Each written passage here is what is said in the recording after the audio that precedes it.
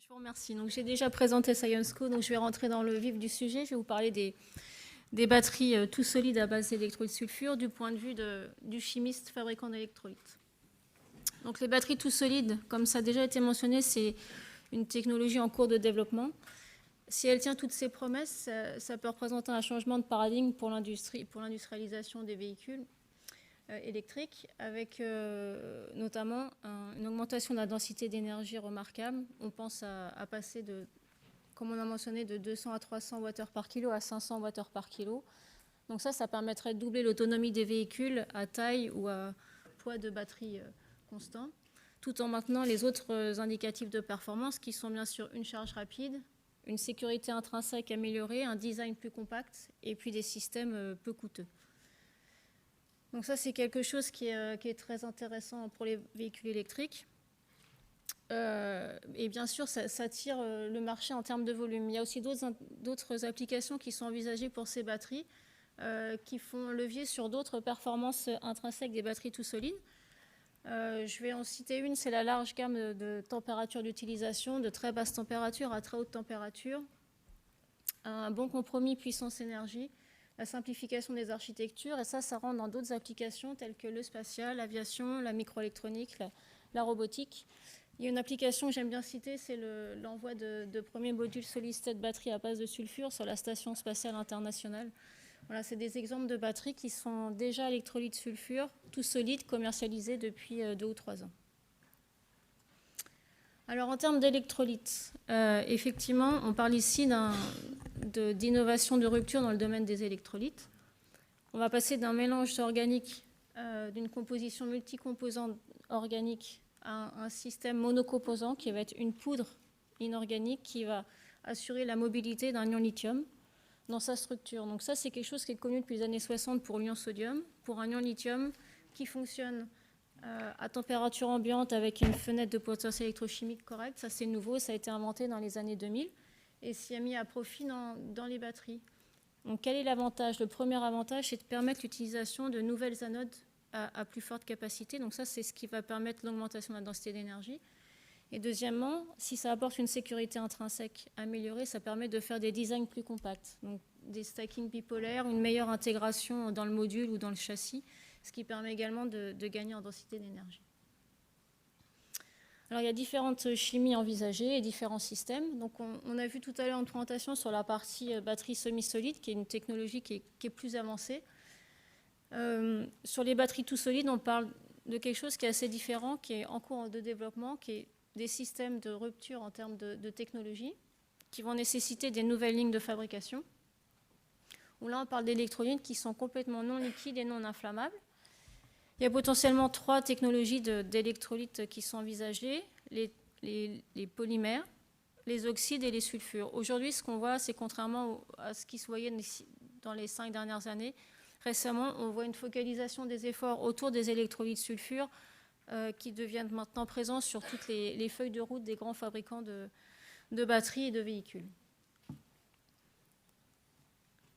Donc ça, c'est une petite carte qui représente une liste non exhaustive des annonces de fabricants de batteries ou de fabricants de véhicules qui développent eux-mêmes leur système de batteries, qui ont explicitement mentionné travailler sur les électrolytes sulfure. Donc on voit qu'il y a une forte traction en Asie. Donc historiquement, c'est Toyota qui a commencé à travailler sur ces systèmes il y a déjà plus d'une dizaine d'années. Il y a environ 5 ans, il y a une forte traction aussi qui est apparue en Corée, sous le leadership de Samsung SDI.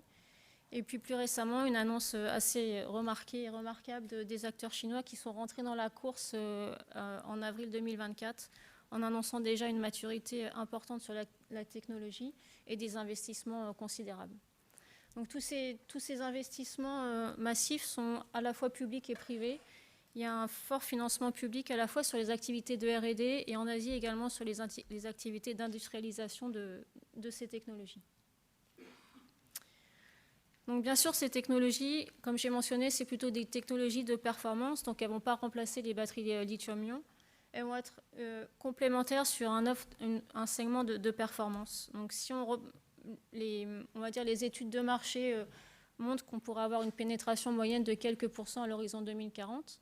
Donc ça peut paraître petit en termes de pénétration de marché. En revanche, en termes de matériaux à développer, en termes d'électrolytes, on voit que ça représente plusieurs centaines de milliers de tonnes d'électrolytes à développer à l'horizon 2035, ce qui est un horizon court pour le développement d'un matériau complètement nouveau.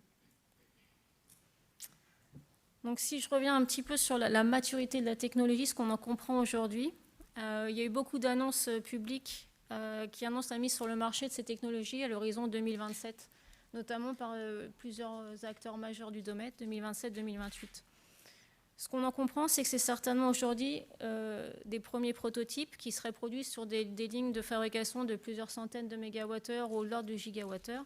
En revanche, l'adoption massive avec des lignes multi-gigawattheures, on l'attend plutôt à l'horizon 2030.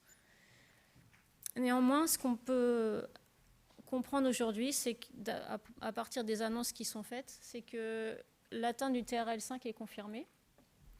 Plusieurs acteurs ont annoncé avoir atteint le TRL5, y compris en utilisant des anodes de performance, c'est-à-dire des anodes lithium-métal et des designs anodeless qui sont des systèmes où on va créer l'anode in situ, donc des systèmes un peu plus avancés. Ils ont aussi annoncé avoir levé des verrous majeurs en termes de fabrication et de gestion de la pression sur ces systèmes qui étaient les deux verrous technologiques identifiés sur les TRL plus bas. Donc ça, c'est très prometteur et c'est aussi en ligne avec les investissements importants de plusieurs centaines de millions d'euros qui ont été annoncés sur le développement des lignes de fabrication à plus grande échelle. Donc ce qui reste à faire pour l'avenir, c'est pour les 3 prochaines années, c'est de confirmer la technologie au niveau d'un TRL 7-8, c'est-à-dire confirmer les atouts de performance, donc la densité d'énergie, la charge rapide, la sécurité, qui doit être vérifiée sur des modules à échelle 1 de plusieurs dizaines d'ampères-heure. Développer les nouveaux procédés de fabrication compétitifs. Donc ici, on va parler essentiellement du marché de l'auto. Donc il y a un enjeu sur les coûts de fabrication. Sur des nouveaux procédés, il faut que les coûts de fabrication soient compétitifs. Ici, on va mettre en place des nouveaux systèmes. Quelques étapes qui sont nouvelles par rapport à la génération 3. Il faut être capable de les faire de façon efficace. Et puis, troisième point, sécuriser la chaîne de valeur sur les nouveaux ingrédients, en particulier l'électrolyte solide, mais aussi la partie anode, que je ne mentionnerai pas ici plus en détail, mais qui fait partie aussi de l'équation.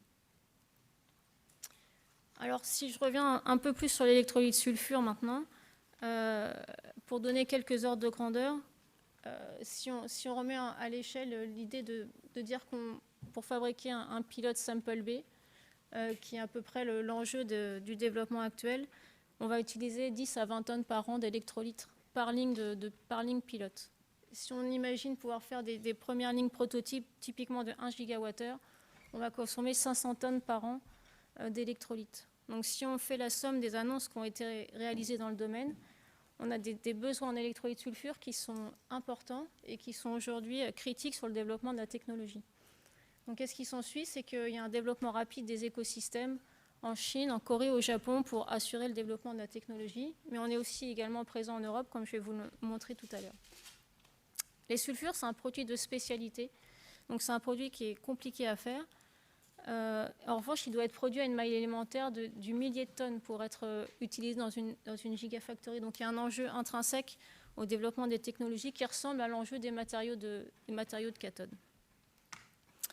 Comme je vous l'ai montré, il y a un montant en échelle soutenu avec des capex très conséquents à chaque échelle et des enjeux de régionalisation de la chaîne de valeur pour des raisons de coût, de développement durable, de sécurité d'approvisionnement et de souveraineté qui sont aussi à prendre en compte.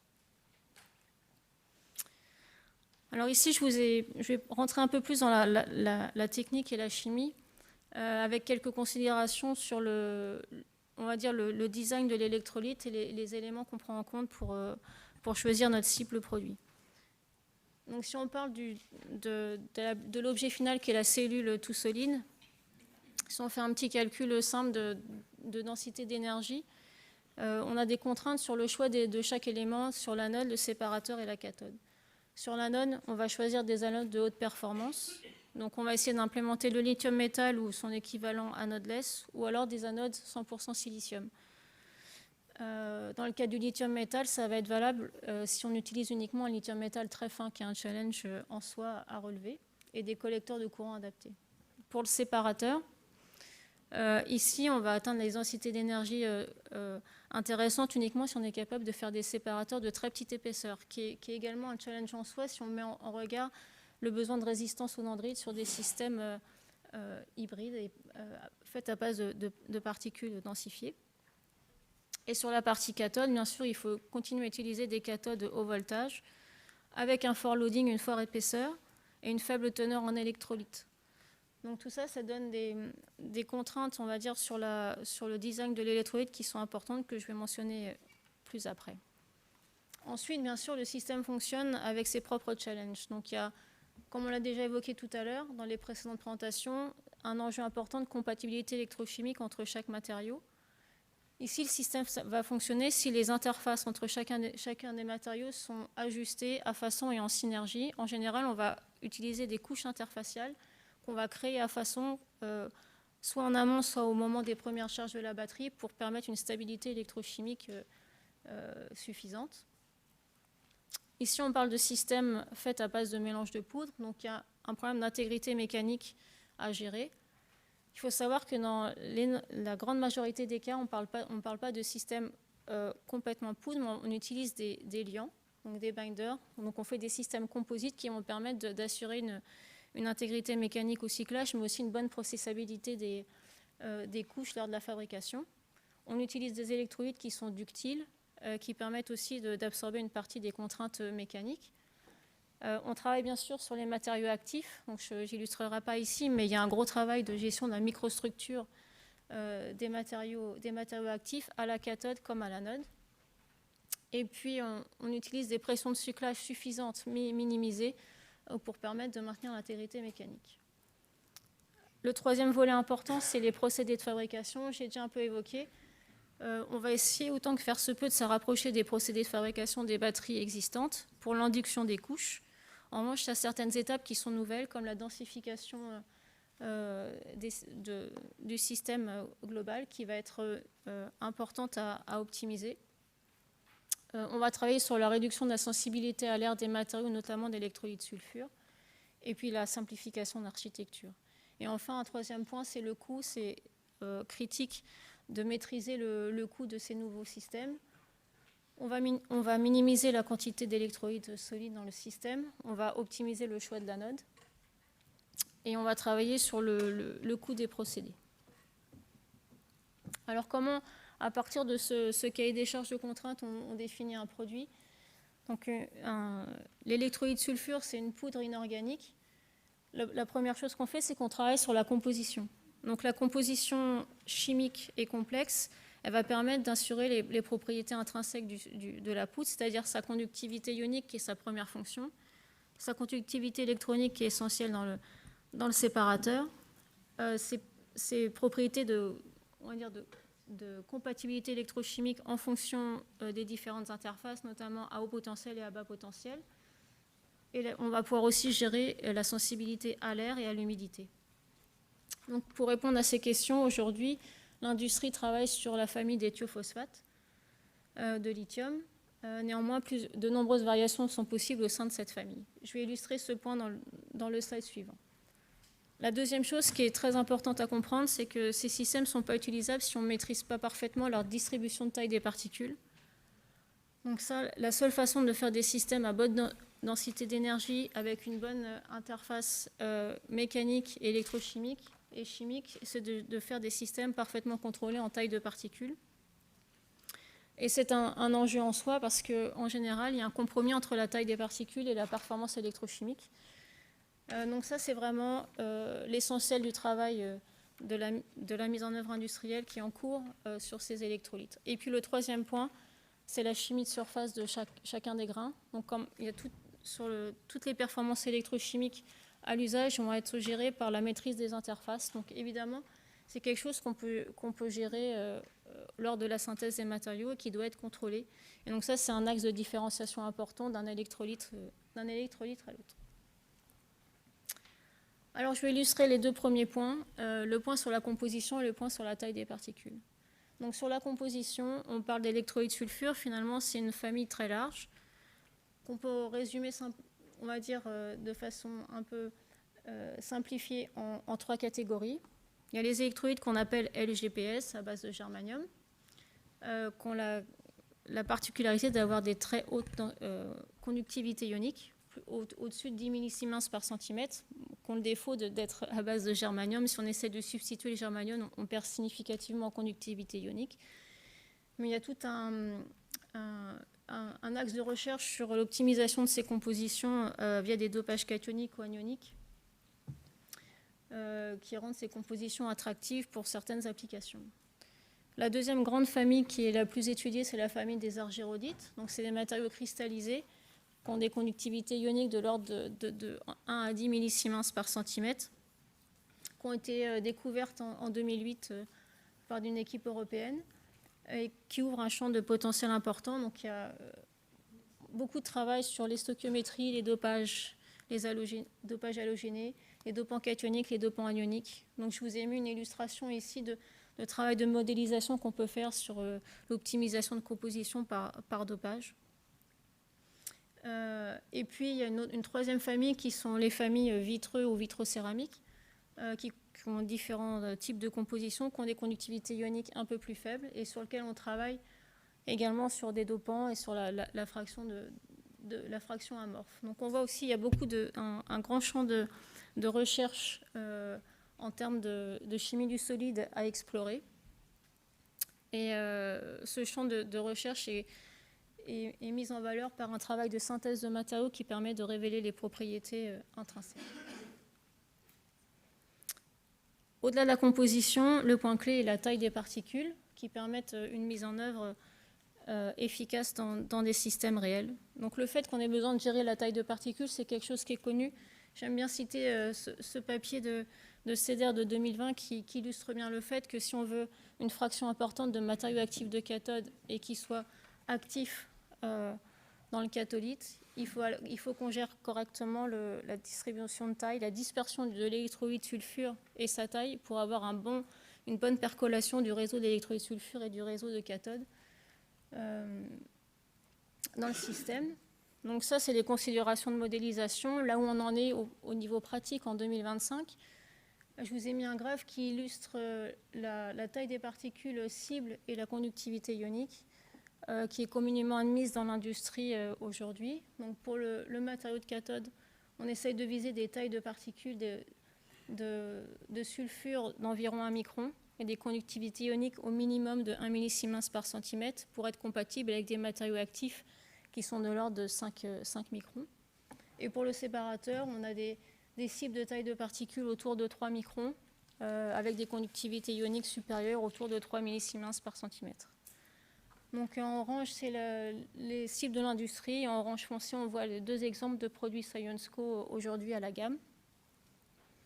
Voilà, donc les cibles produits dépendent bien sûr de chaque application, mais aujourd'hui, on voit qu'il y a une convergence de l'industrie autour d'un consensus qui permet aux fabricants d'électronique comme nous de se lancer dans la montée en échelle de ces systèmes. Donc maintenant, je vais illustrer par quelques slides les produits que nous avons à notre gamme.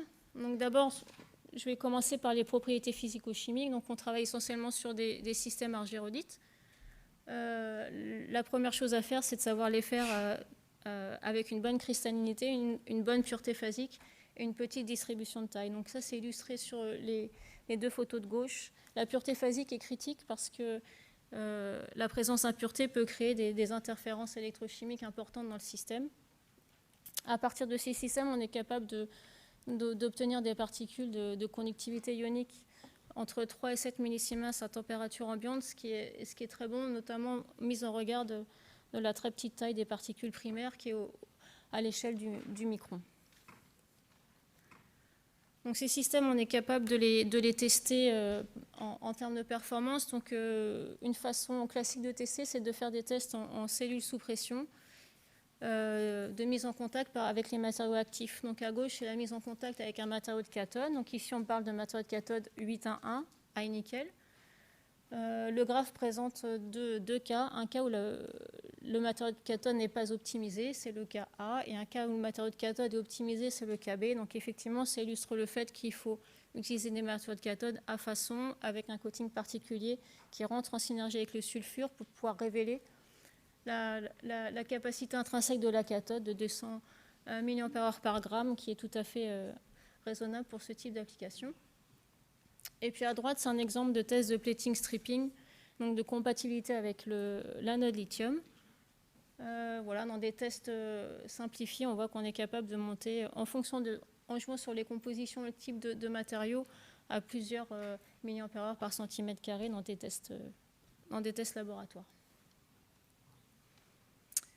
Comme je l'ai mentionné, ces électrolytes, en général, ils ne sont pas utilisés en termes de poutre, mais en termes de systèmes composites.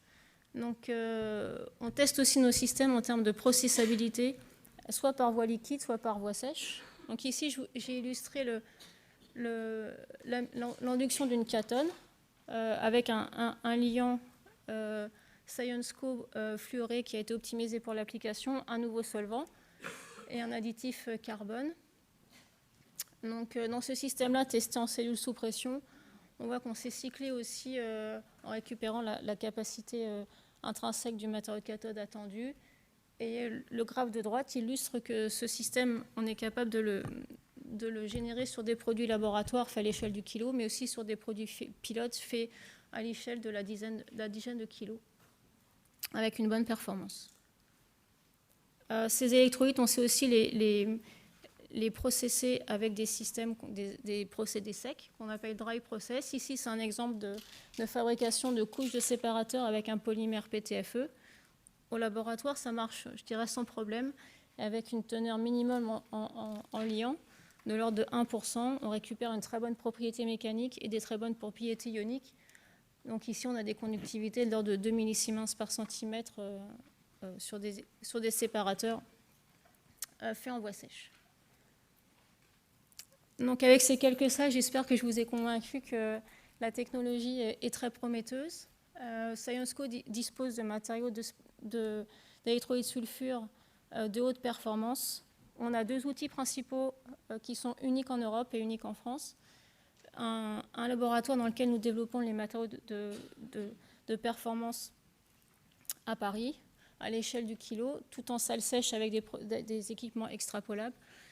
Et un pilote qu'on a démarré en 2022 avec des capacités de plus d'1 tonne par an, sur lequel nous développons la mise à l'échelle de ces électrolytes solides. Nous avons aussi travaillé sur la sécurisation de l'approvisionnement en matières premières critiques, ce qui est un point essentiel de compétitivité que je n'ai pas illustré ici. Et nous avons initié les plans d'industrialisation de la technologie en Europe.